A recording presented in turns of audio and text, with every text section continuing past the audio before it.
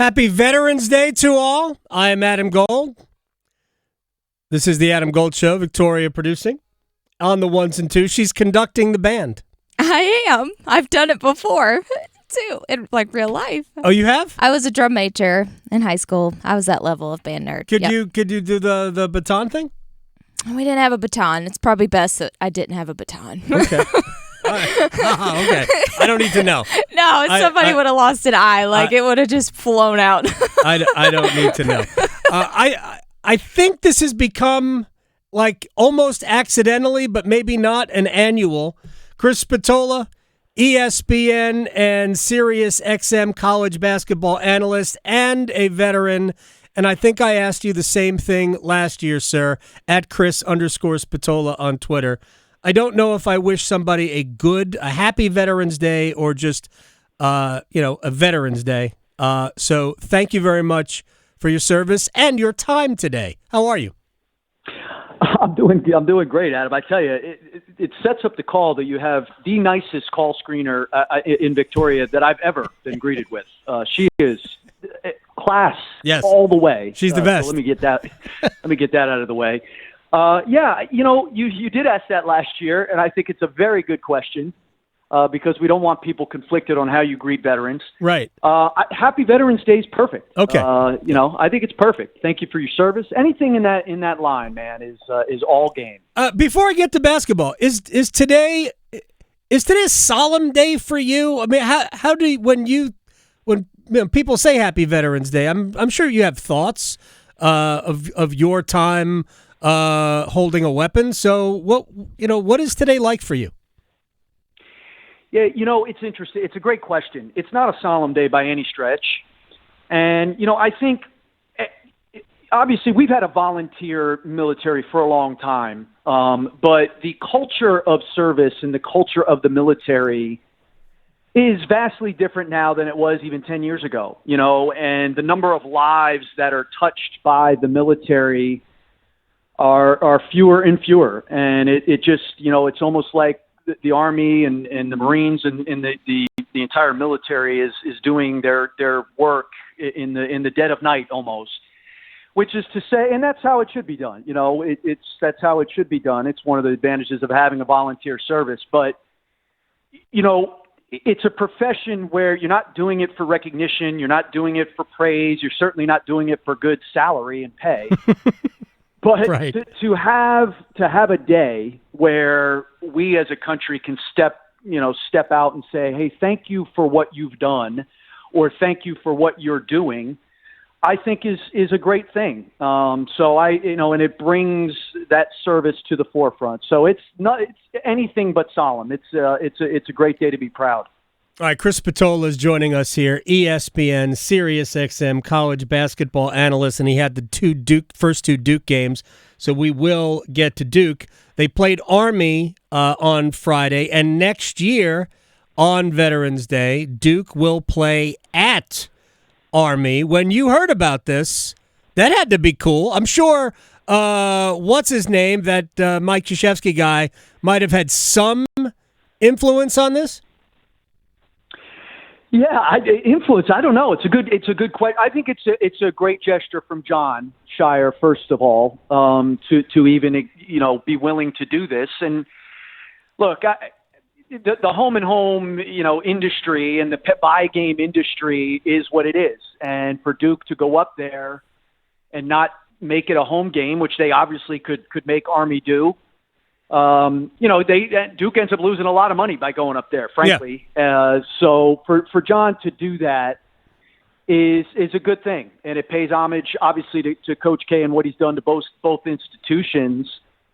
But I also think it's a recognition, like playing Army is different, and Army has been down to Duke a number of times without the return, and so for Jon to say, look, I'm going to bring my team up there, I think it's a great thing. And to be honest, Adam, I think his players are going to love it, especially if they've never been up there. Like, to see that place and to see what cadets go through and to be embraced by that environment, I think will be great for his players.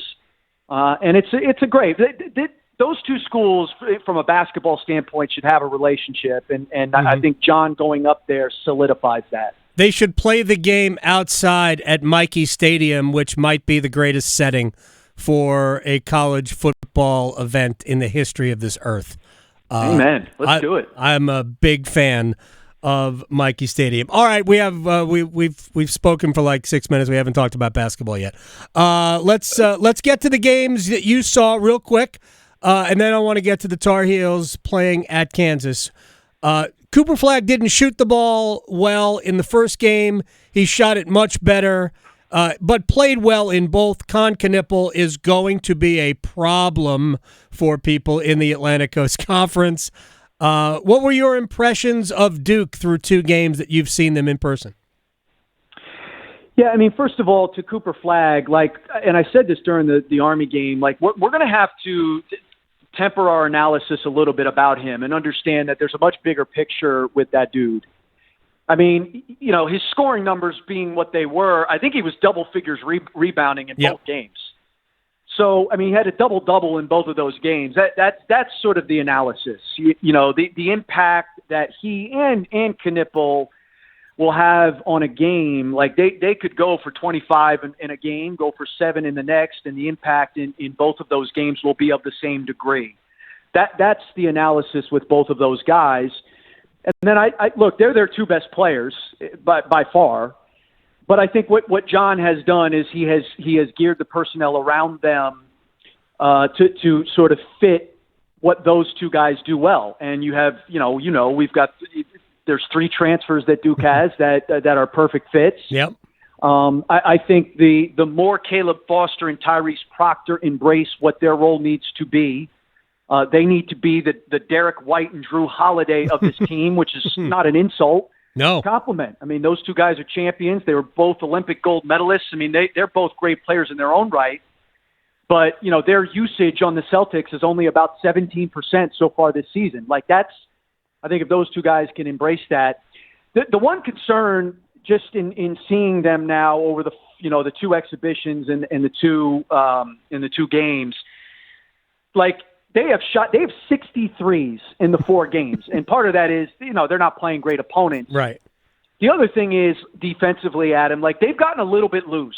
I think there's a lot of growth to be had there.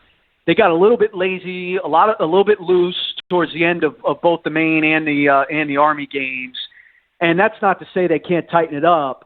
But we'll see on Tuesday night because that Kentucky team's a different team to have to guard. So the concern I have with Duke right now in the early is are they against the best teams? Can they defend well enough, and can they rebound against those opponents? Yeah, they got out rebounded by Maine, so that would have been a concern there. Also, Kaman Malawash, again, I don't know how to pronounce his name. I'm probably not that far off, but it's going to take him time, especially as the competition grows. Although I watched him in the Olympics, he looked like a pretty good player during the summer games. So we know the potential in that player, but they've got others. And whether it's Malik Brown or Mason Gillis, they've got options.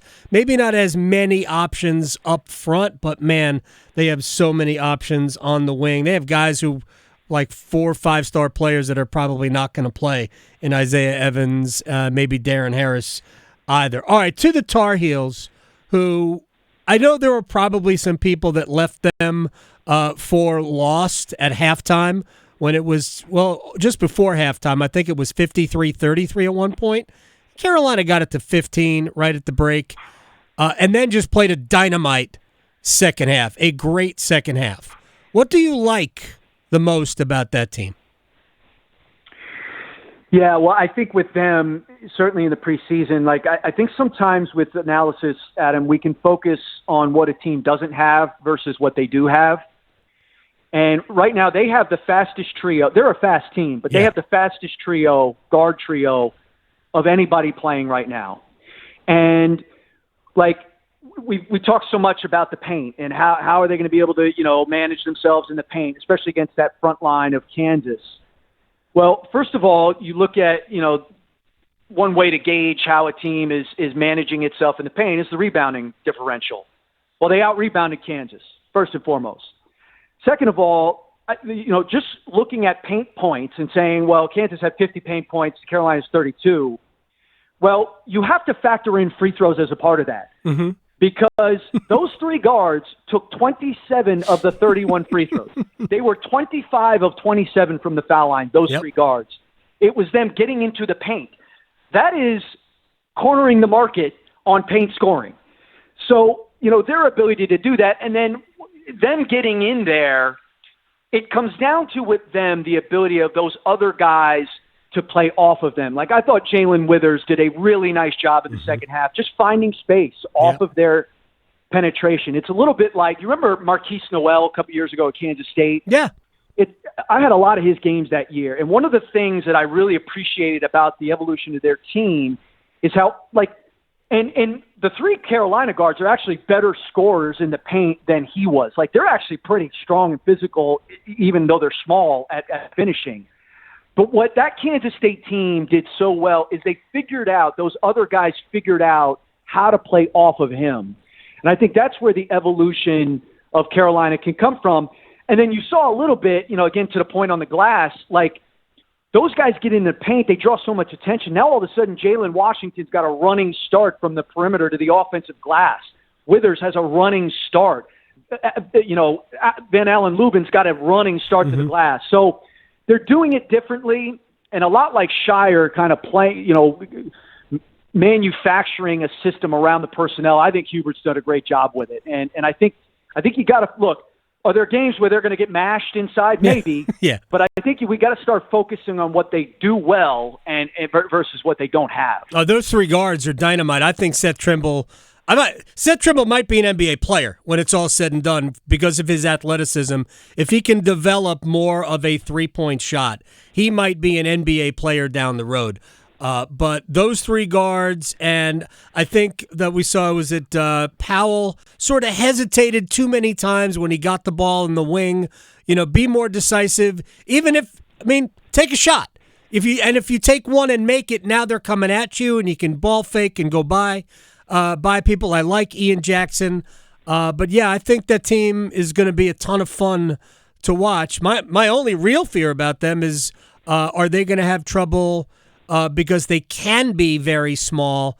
Are they even going to get dominated by bigger guards? That's my bigger fear with them, is that their guards could get exposed. But, man, they are a dynamite and fun team to watch, and they do get to the free throw line. And then I was exploring the interwebs, Chris Spatola, which apparently Al Gore invented for military use back in the day.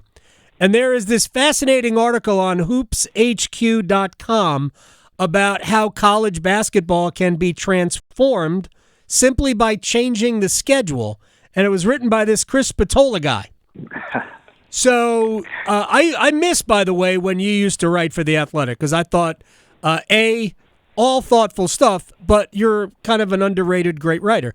So I think this is a great idea, simply to flip the concentration of the games, where you had more conference games early, which would get, by the way, since conference games are popular on TV, which would get people watching college basketball in November and December and not waiting for January and February to watch, and play more non-conference games in the second half of the year. Yeah, I appreciate you saying that, and I appreciate you bringing it up. I mean, you made the point. Obviously, there's a television component to this. Like, how do you make the game more palatable to television partners? I think the other point I was trying to make in the piece was, so much of our NCAA tournament analysis, and I'm a believer that everything we do in college basketball needs to be geared to the tournament. Well, so much of that analysis, that NCAA tournament analysis, is driven by what happens in November and December. Well, that means we're probably not getting a true look at who is most deserving of inclusion in the NCAA tournament if we are driving a large part of that analysis, and the analytics are driving a large part of its calculation based on November and December games. And so I think it serves the sport much more from a discussion standpoint, gives the committee a much better look at who's deserving of NCAA inclusion when you start playing games across these conferences. And then you get to see, hey, look, the Mountain West doesn't deserve that number of teams. if the analysis is strictly driven by them playing other Mountain West teams. Mm-hmm. Like, let's get some of these non-conference games played in January, February, and early March, so that now we can say, yeah, the SEC or the Big 12 is not as good as we think it is. And yeah, this ACC, they really do get better in those latter months. So there's a lot to do with it. And to your point, like, whether you disagree, college basketball is on a precipice right now, and it is time for some bold, sweeping action on how we can make this sport more palatable, both from a viewing standpoint and then play into the one shining object that we have, which is the postseason tournament.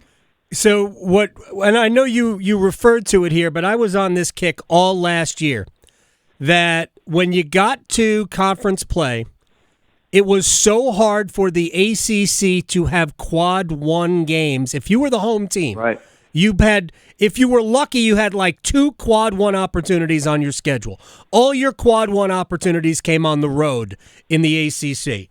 But in the Big 12, every game was quad one or at worst quad two, because like the way I said it was they gamed the system early, built huge power rankings numbers, and then once you have a fabric of the season, those don't change. They stay pretty constant. You'd have to go on like a 5 or 6 game losing streak to drop 20 points in the net once you've played like 15 games, most of those in the non-conference. And some of them were good games, and they won some of them, but others were terrible games, and they won all those.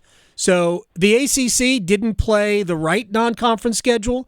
I thought the ACC was pretty good in the non-conference, maybe not as good, but it wasn't a separation where when we got to conference play, the ACC wasn't playing any quad one games.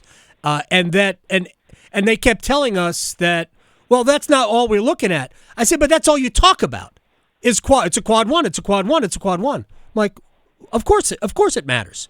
So I think your system, and I would elect you czar of college basketball, Chris. Your system would do a lot about fixing that. Hey, that's one vote. Thanks, Adam. The election's over. I've been sworn to not talk about it. Chris, you're the best. Happy Veterans Day to you. Chris Spatola. Chris @Chris_Spatola on Twitter or X or whatever. Thanks, man. Best to you and yours. I'll talk to you soon. You too, Adam. Be well, man. You got it.